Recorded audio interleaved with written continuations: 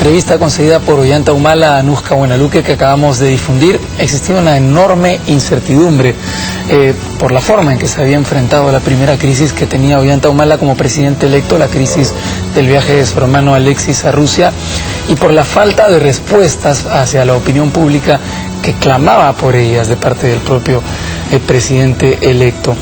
Esto se ahondó por la, para muchos, inoportuna decisión de Ollanta Humala de viajar a Venezuela en medio de esta coyuntura tan compleja. Los resultados ahora los conocemos. El día de hoy se ha conocido una encuesta que revela que la aprobación del presidente electo cayó 30 puntos. Graciela Villasís viajó hasta Venezuela tratando de ver cómo iba a ser esta visita y cuáles eran las consecuencias más importantes, pero nos trajo mucho más, nos trajo una interesante fotografía de cuál es la situación que vive Venezuela el día de hoy. El presidente electo Ollanta Humala llegó a Venezuela acompañado de su esposa Nadine el viernes por la mañana en una visita relámpago que no duró más de 12 horas. Un viaje tantas veces postergado al fin se concretaba a última hora y los detalles de su agenda eran casi un misterio para los periodistas peruanos. Parecía que Ollanta Humala no quería que la prensa nacional opacara su visita al presidente Hugo Chávez con preguntas incómodas. Por eso, horas antes y casi al ras del inicio de sus actividades en ese país, nos enteramos de las visitas protocolares que sostendría. Primero acudió a la Cámara Andina de Fomento, la CAF, en donde los periodistas fuimos sometidos a la revisión exhaustiva de nuestro material de trabajo. La Guardia Presidencial venezolana había tomado el control de la seguridad del presidente electo Ollanta Humala. No se permitieron preguntas. Luego, Humala visitó por breves minutos la Asamblea Nacional, lo que aquí vendría a ser el Congreso de la República. Mientras en el Perú continúa la polémica por las reuniones que sostuvo el menor de los Humala con autoridades del gobierno ruso, el presidente electo Ollanta Humala ha preferido continuar con su gira internacional, visitando esta vez al presidente venezolano Hugo Chávez. Para las 3 de la tarde se había anunciado la cita cumbre entre los dos presidentes y Ollanta Humala llegó con media hora de retraso. Un convaleciente, Hugo Chávez, salió a recibir a uno de sus hijos predilectos de América del Sur. Con 14 kilos menos, no disimulaba su dificultad al caminar, al punto de apoyarse en el propio Humala. Venezuela hoy, bajo este sol radiante del Valle de Caracas, se viste de júbilo, de alegría, de plena alegría, para darte la bienvenida, querido presidente electo de esa república profundamente hermana. El presidente peruano se mostraba satisfecho y no contuvo la emoción al encontrarse con una figura evidentemente importante para él. Por eso, amigo presidente, hermano, yo vengo con mucho cariño a conversar, a mirar hacia adelante y a darle fuerza sobre esta batalla personal que la está llevando, y cuente con nosotros, cuente con nuestras oraciones, cuente con nuestra fuerza del pueblo peruano, que quiere que de una vez se restablezca la salud también, porque usted todavía tiene que cumplir una misión con su pueblo, como presidente de la República. Humala dejaba atrás la distancia mostrada durante la campaña electoral. Parecía liberar sus sentimientos. Por eso es que creo, con viva esperanza, de que esta amistad que vamos cultivando, esta hermandad que estamos consolidando, justamente nos lleva hacia lo que usted ha dicho, un mismo futuro. Los pueblos hermanos, los pueblos bolivarianos, los pueblos latinoamericanos, tenemos un mismo futuro.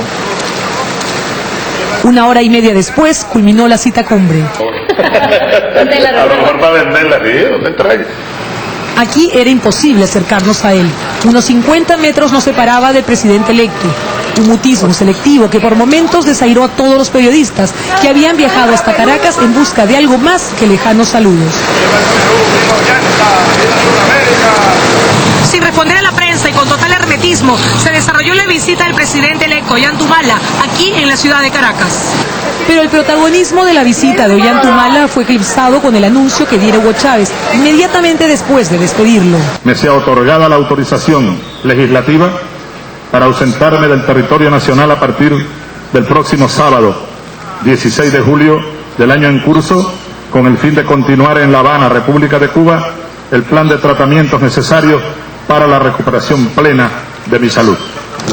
Así, el presidente venezolano informaba a la prensa nacional e internacional que debía regresar a Cuba rápidamente para continuar su tratamiento contra el cáncer. Esta segunda etapa comenzará en los próximos días con la aplicación de quimioterapia, ya planificada científicamente al detalle, y estoy seguro, repito, que la segunda etapa contribuirá a seguir por el camino de la recuperación de la salud. La salud del presidente Chávez fue primera plana de todos los medios. Quedaba relegada en segundo lugar la visita del presidente peruano. Toda Venezuela especulaba sobre la gravedad del cáncer de Chávez, porque si bien el presidente venezolano ha reconocido padecer la enfermedad, se ha cuidado de que nadie se entere qué tipo de cáncer adolece. Pero ¿qué tan avanzada está la enfermedad? ¿Está o no en riesgo su vida? ¿Y por qué la decisión de continuar su tratamiento en Cuba? Esas son las preguntas que toda Venezuela se hace. Uno puede presumir que por estadística, por su grupo etario y por su sexo, una de las enfermedades tumorales frecuentes es el cáncer de colon o recto, pues.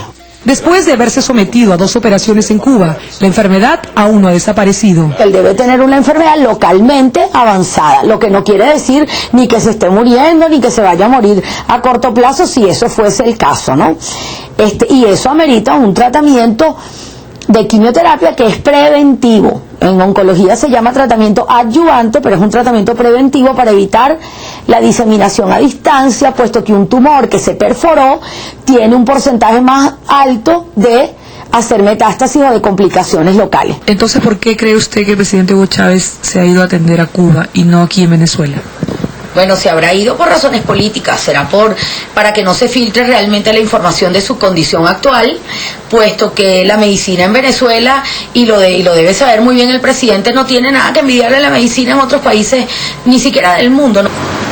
Pero mientras Venezuela se debate en una polémica por las facultades que Chávez se arrogó al seguir gobernando su país desde Cuba, esta es la realidad que pudimos conocer de boca de los venezolanos. Uno sale con 500 bolívares y no compra ni la mitad de lo que compraba hace un año. Aquí las cosas suben prácticamente de día en día. Le digo, las medicinas, una medicina que te costaba 50 bolívares hoy, que te cuesta, vas mañana o pasado mañana y te cuesta 100. Por más que Venezuela entera descansa en un mar de oro negro, actualmente hay una inflación galopante que llega hasta el 30% y que se traduce en el desabastecimiento de los productos básicos de la canasta familiar, como la carne, el pescado, el aceite y la leche. Tenemos desafortunadamente que importar mucha carne y viene de Centroamérica, de Argentina, de Uruguay. Antes producíamos, ahora ya no. ¿Por qué es difícil conseguir carne? Porque está regulada y entonces se la venden más cara a ellos y ellos la tienen que pedir al precio que ellos le ganen.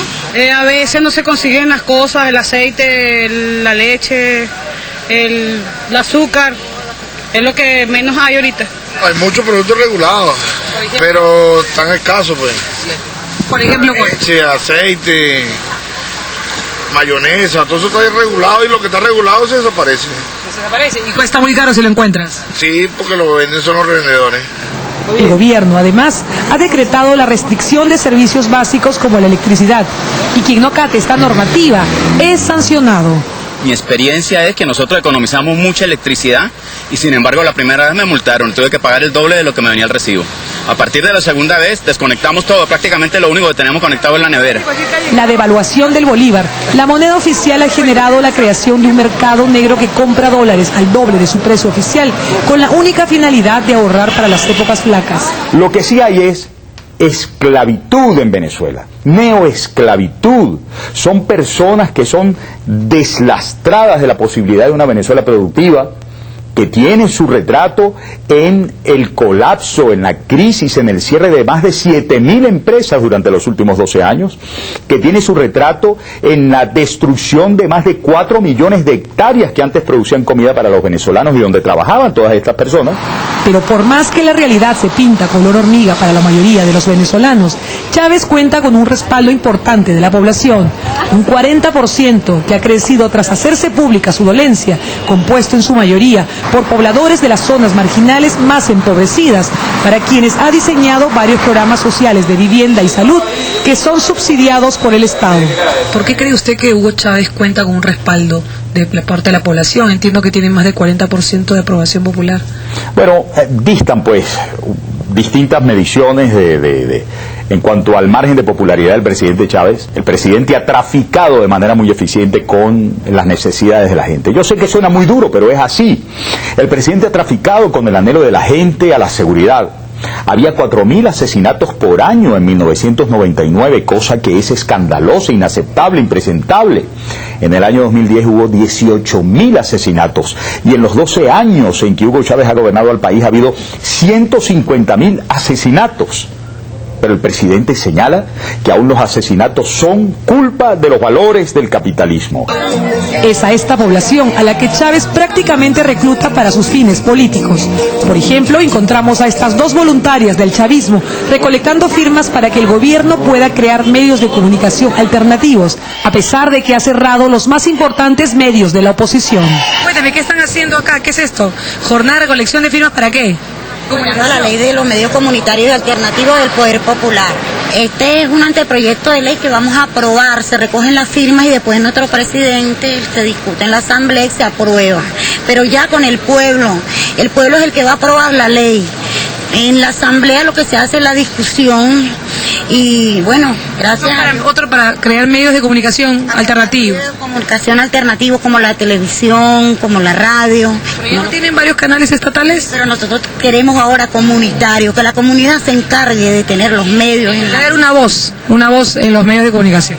Una nueva voz en el medio de comunicación. Venezuela es el país propaganda.